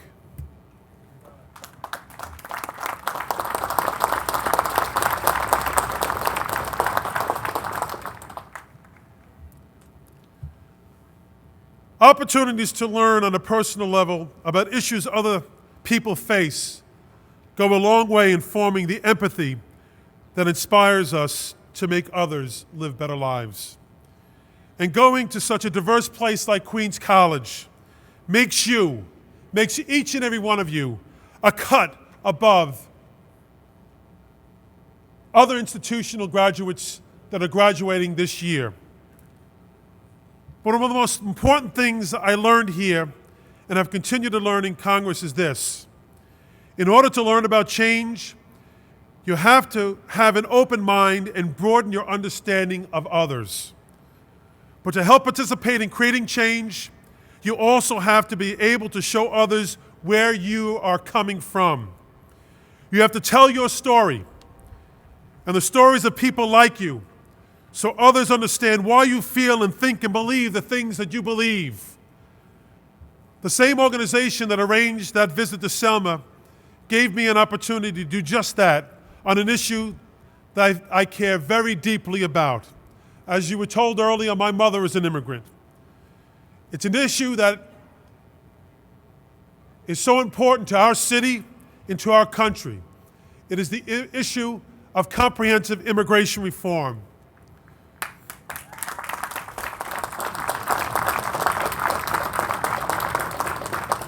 Two years ago, I led a Becoming America pilgrimage for a bipartisan group of my colleagues from Congress.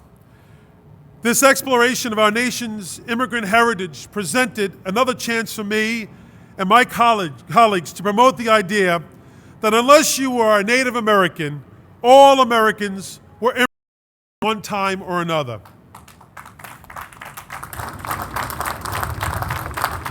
I brought my colleagues to Ellis Island, where for decades, men, women, and children caught their first glimpse of the better life that awaited them here in America. And I brought my colleagues right here to Queens County to see up close the diverse array of communities, many recent immigrants who, despite having vastly different backgrounds, all share the common goals of making a better life for themselves and for their families and for their community.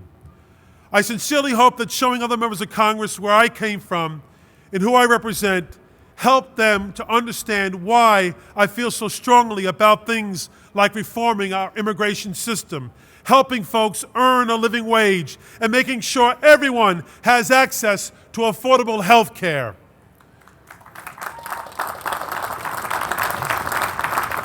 Because I believe you can trace someone's worldview back to the world that surrounds them. You can find common ground and find advanced solutions to complex problems. That is the crux of what Queens College gave me, along with the understanding that it's not just about witnessing history up close, but turning that experience into action. When I was sitting in your place, these were some of the things I was thinking. How can I apply what I've learned when I go out into the real world? A few years ago, I had the extraordinary opportunity to put all the lessons that I'd learned to work. In 2011, when the New York State Legislature was considering marriage equality legislation, I worked hard in front of and behind the scenes as the Queens County Democratic Party chairman to make sure that every elected official from our borough would do everything they could to see that legislation become law.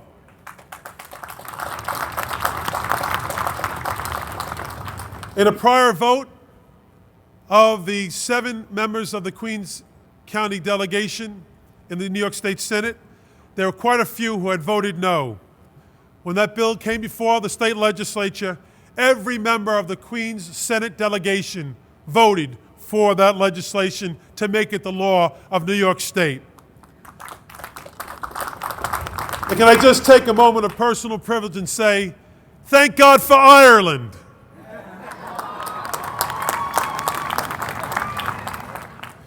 It was so gratifying to contribute to making such a difference here in New York, and in a way that affects thousands and thousands of families.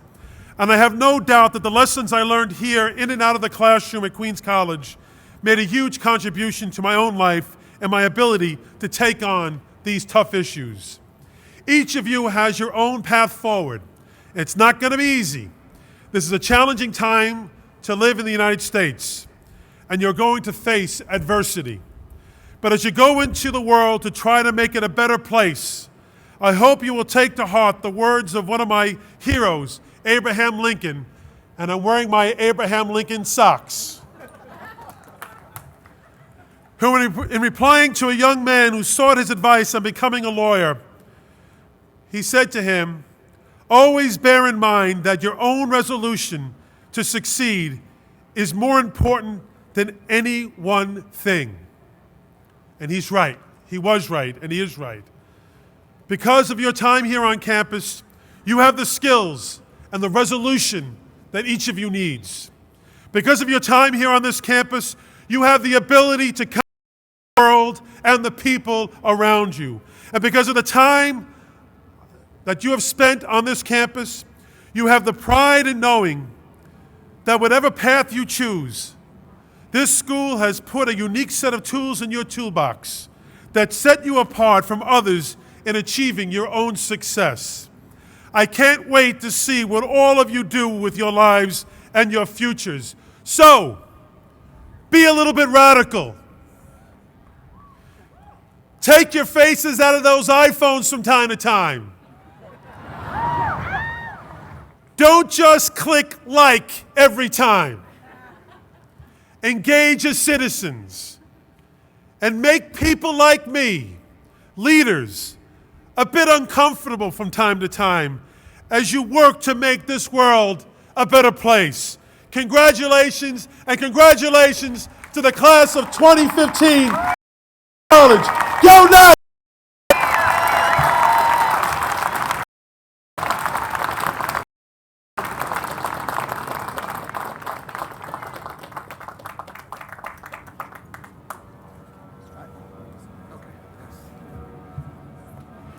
Let's give a big round of applause to Congressman Joseph Crowley. And make sure to go see his Facebook page and like it at the end of the ceremony.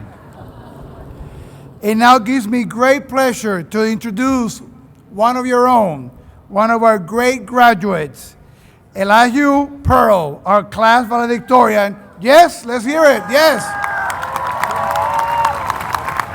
Who will deliver the graduate address. Eliyahu is graduating with a bachelor in neurochemistry and is a dual bachelor and a bachelor and a master in philosophy. Do you get that? Biochem, tough as it is, and the BA and MA in philosophy. He will attend the University of Cincinnati College of Medicine to be part of the MD PhD program, where he plans to investigate how new modalities in gene and cell therapy can be applied towards the treatment of cardiovascular disease. Please welcome your commencement speaker, your student speaker.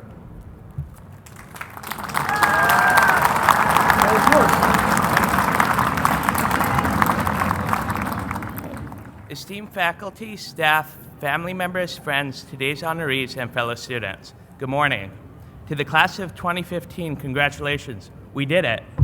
All-nighters binge watching on Netflix instead of studying for a Gen Chem exam. And those final hours in uploading selfies to Instagram instead of writing an English paper before that 12 a.m. deadline. Never again will we have to struggle with remembering yet another password for CUNY Ferris. Never again.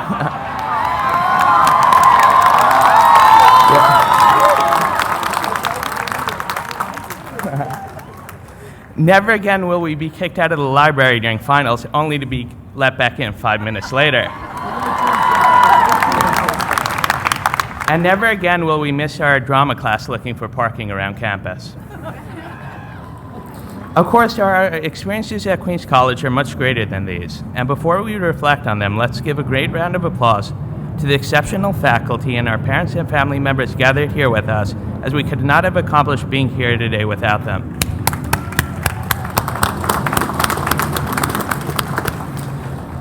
The philosopher Heraclitus once said, "The way up and the way down are one and the same." We are here today in light of our achievements, but we must remember that we have had hardships as well. I've always been fond of this quote, as it serves as a reminder that it's both our triumphs and our failures that not only define who we are today, but who we can be. We have struggled at times. Among us here today is a mother who's not only graduating, but accomplished this feat while working to support her young children. A man who will receive his degree despite not knowing at times whether his cancer was truly in remission. Many among us will be graduating even after losing their homes and belongings in the devastation wrought by Hurricane Sandy. Likewise, among us here today are those who have experienced tremendous joy and achievement during the years at Queens College. Some have found their soulmate. Others have experienced the birth of their first child, and many can recall that adrenaline rush after changing the password yet again on CUNY First and seeing that hard-earned A+. All of these experiences, our ups and our downs, allow us to grow and thus, in many ways, are one and the same. Heraclitus also once said, "Into the same rivers we step and do not step." One common interpretation of this statement, that nature is in a constant state of flux, and the related notion that we do not know what tomorrow may bring, is especially relevant when considering complex international issues that have arisen since we have arrived at Queens College. We observe catastrophic events such as the recent earthquakes in Nepal. We witness intense geopolitical upheaval in the Middle East and the Crimean Peninsula, and we watch in horror as great and terrible evils swept the world with the rise of ISIS and Boko Haram. We became concerned with civil rights issues relating to the role of our own police force with the death of Eric Garner, and most recently with the death of Freddie Gray in Baltimore.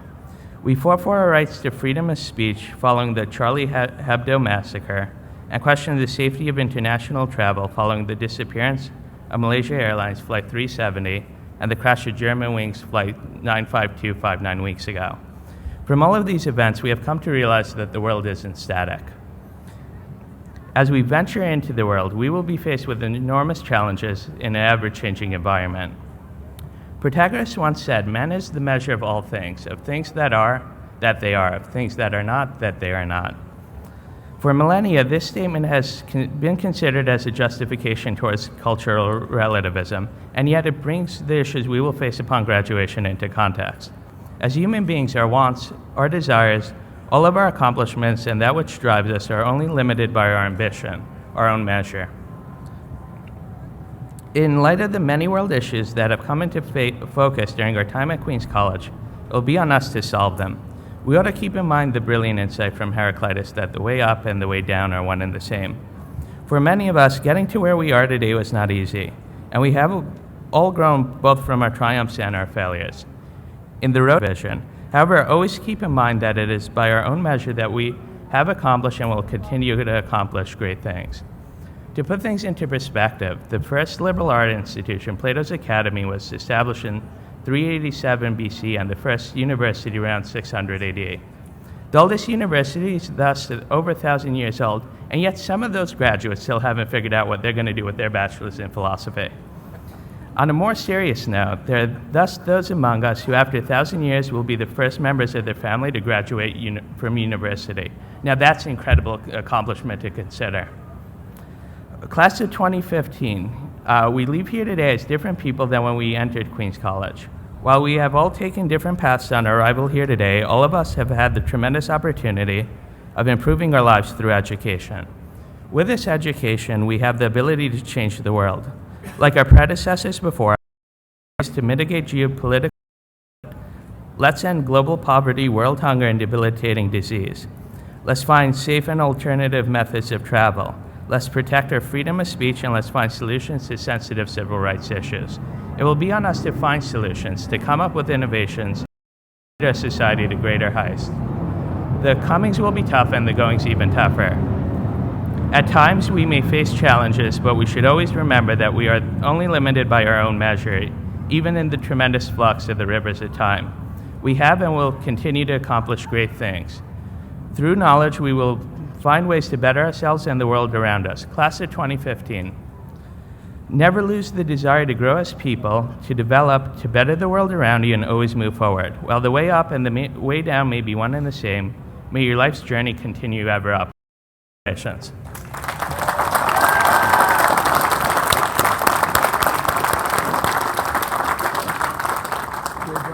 I'll see you at Cincinnati. Yep, thanks. Another round of applause first for your graduate speaker, the soon-to-be Dr. Pearl.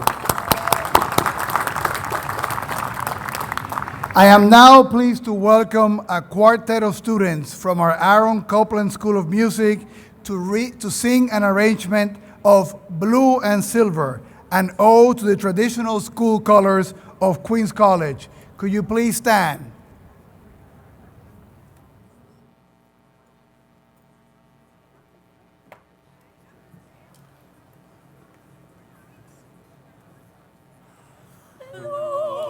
And silver proudly flying o'er the college we all love. Sons and daughters pay their homage to our colors up above. Truest fame and brightest glory, thine will always be.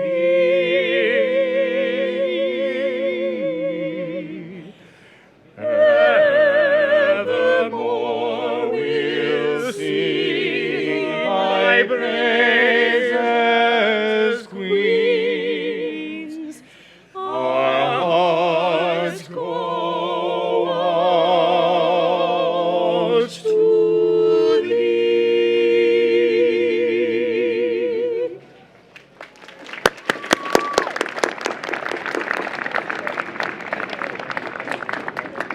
Thank you so much. You may now sit down. I now have the honor to recognize the alumni groups who are here in the audience. They have come from all over the country, and we're very happy that there's so many of them here today. Can I please ask the members of the class of 1965 to please stand up? Yes. They came to campus in 1961. In that year, John F. was president, and the New York City mayor was Robert Wagner Jr. America launched the first man into space. The state legislature formally established the City University of New York, uniting 7 municipal colleges and formally integrating a system. And in '61, Pat Boone and Lawrence Welk were topping the music charts. When they graduated in 1965, Lyndon B. Johnson was president, a year in which an astronaut made their first spacewalk. Martin Luther King Jr. and Robert Kennedy visited the campus to speak to our students, right? So ladies and gentlemen, please give a big round of applause to the charter members of the class of 1965. You may be seated. Can I please ask the members of the class of 1955 to please stand? When they entered Queens College back in 1951, Dwight Eisenhower was president and Fiorello LaGuardia was the mayor of New York. The Rosenbergs were convicted of treason. The first color TVs started to appear in American living rooms. And the hit songs included On Top of the Old Smoky and the Tennessee Waltz. When they graduated in 1955, Rosa Parks refused to sit at the back of a bus. Tennessee Williams won the Pulitzer Prize. And the top songs were The Ballad of Davy Crockett and Rock Around the Clock. Ladies and gentlemen, I give you the Queens College class of 1955. You may now sit down.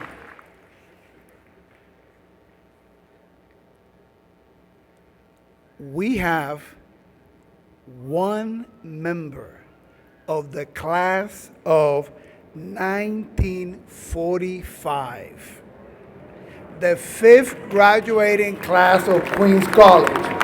Ms. Jane Levy, please stand up and be recognized.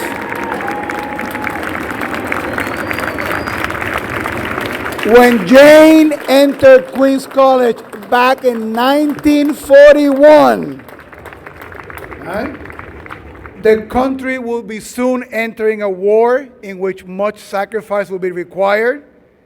Many of the classmates were on campus listening to the radio in the old auditorium as President Roosevelt declared war on December 8th. Over the next 4 years, Jane and her classmates planted victory gardens on campus, helped drives for blood, books, and bonds, endured meatless Tuesdays and a coffee-less cafeteria, right? And collected over a ton of scrap metal effort. When Jane graduated in 1945, it was just weeks after the surrender of Nazi Germany. The top songs in the charts were the Andrews Sisters song, Rum and Coca-Cola. And there was a new president, Harry Truman. Please give all your love to the class member of 1945, Jane Levy.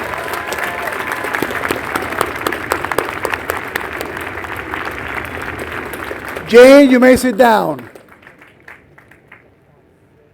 If you read your program now, there's something called the charge, right? And the charge is a speech by the president. I am going to take a vote right now because as much as I love you and are proud of you, I'd much rather start giving out degrees than giving a speech. All those in favor of me not giving my speech on degrees, please raise your hand and vote. Yeah! So let's get this party going. So now I ask our provost to please come to the podium to present degree candidates.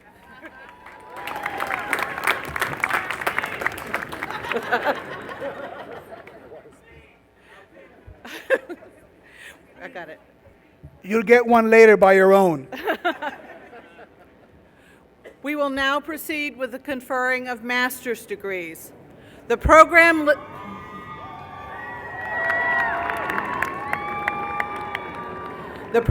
lists the candidates for the various degrees and certificates.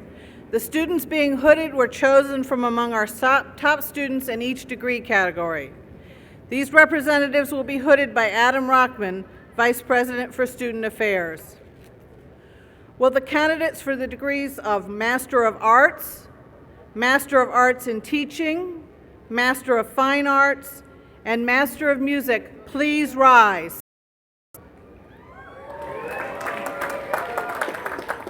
Representing these candidates, Camila Silver Yanez will be hooded.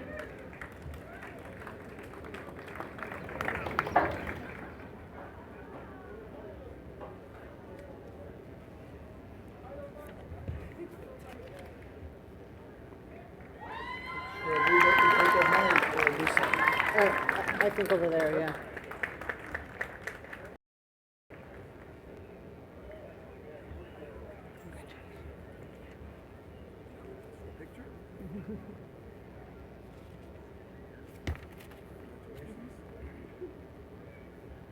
Will the candidates for the degrees of Master of Library Science, Master of Science, and Master of Science in Education please rise? Representing these candidates, Kathleen Caston will be hooded.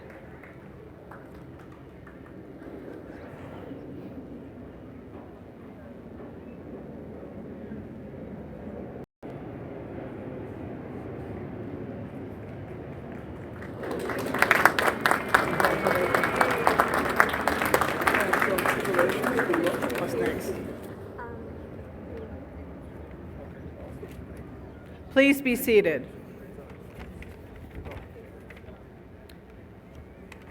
Will the candidates for all professional and advanced certificates and specialist diplomas please rise? Representing these candidates, Saudia Muhammad will be hooded.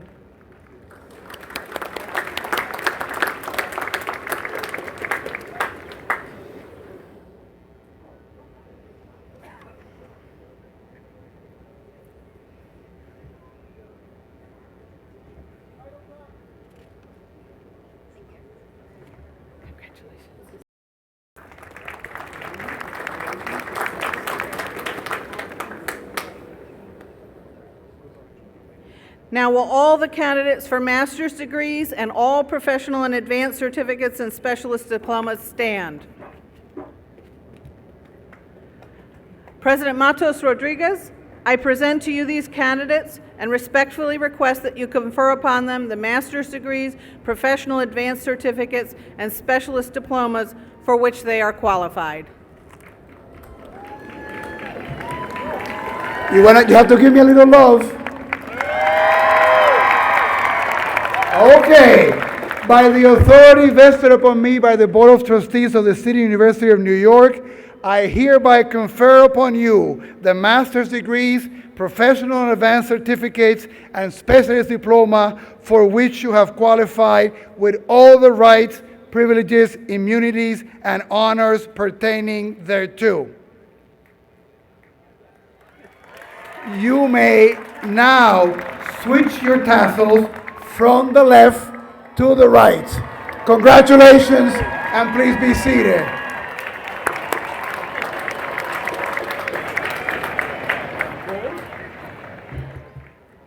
I will now present the candidates for bachelor's degrees.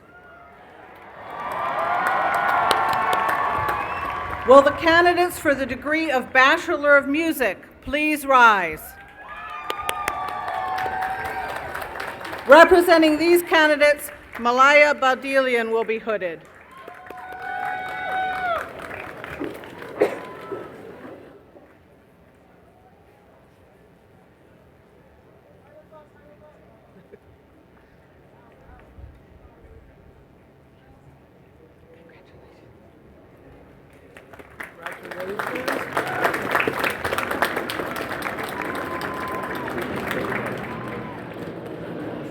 Please be seated.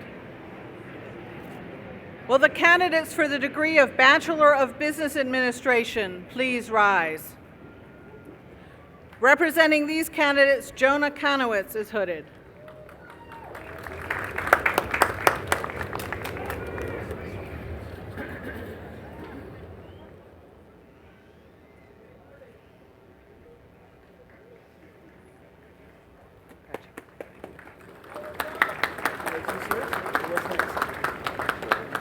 Please be seated. Will the candidates for the degree of Bachelor of Fine Arts please rise? Representing these candidates, Sin Yi Leung will be hooded.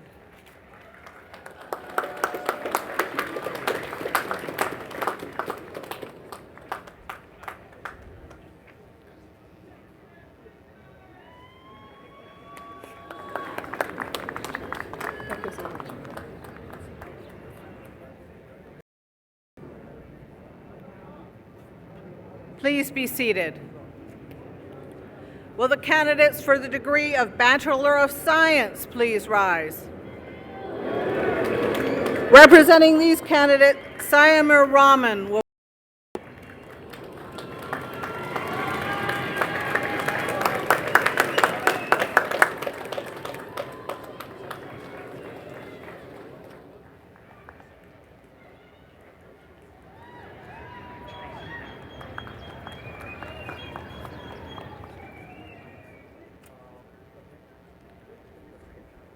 Please be seated. And will the candidates for the degree of Bachelor of Arts please rise?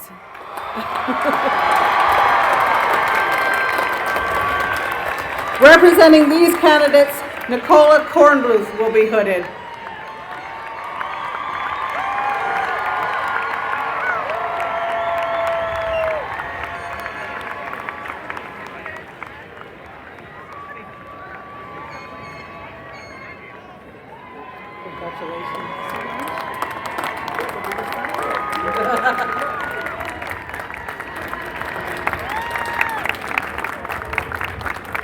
Please be seated.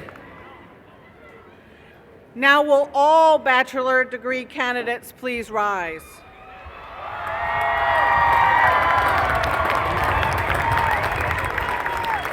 President Matos Rodriguez, I present to you these candidates and respectfully request that you confer upon them the bachelor's degrees for which they are qualified.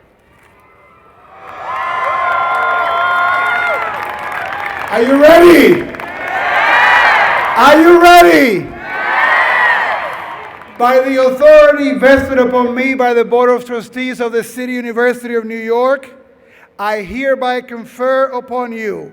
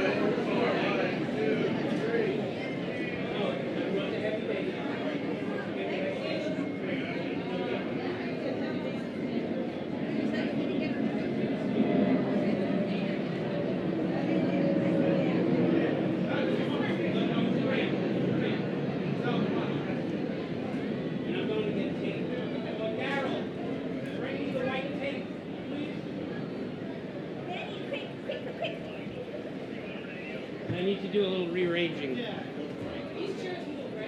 moving.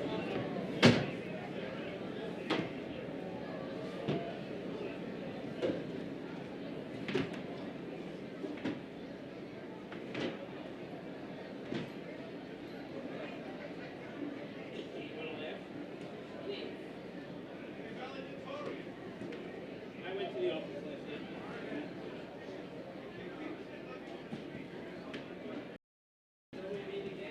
Hey, when are you officially gone? That's it. Well, remember we were texting back and forth about you bringing me stuff? And I went to the office last night. Well, I thought who I was with was bringing me stuff. You meant back.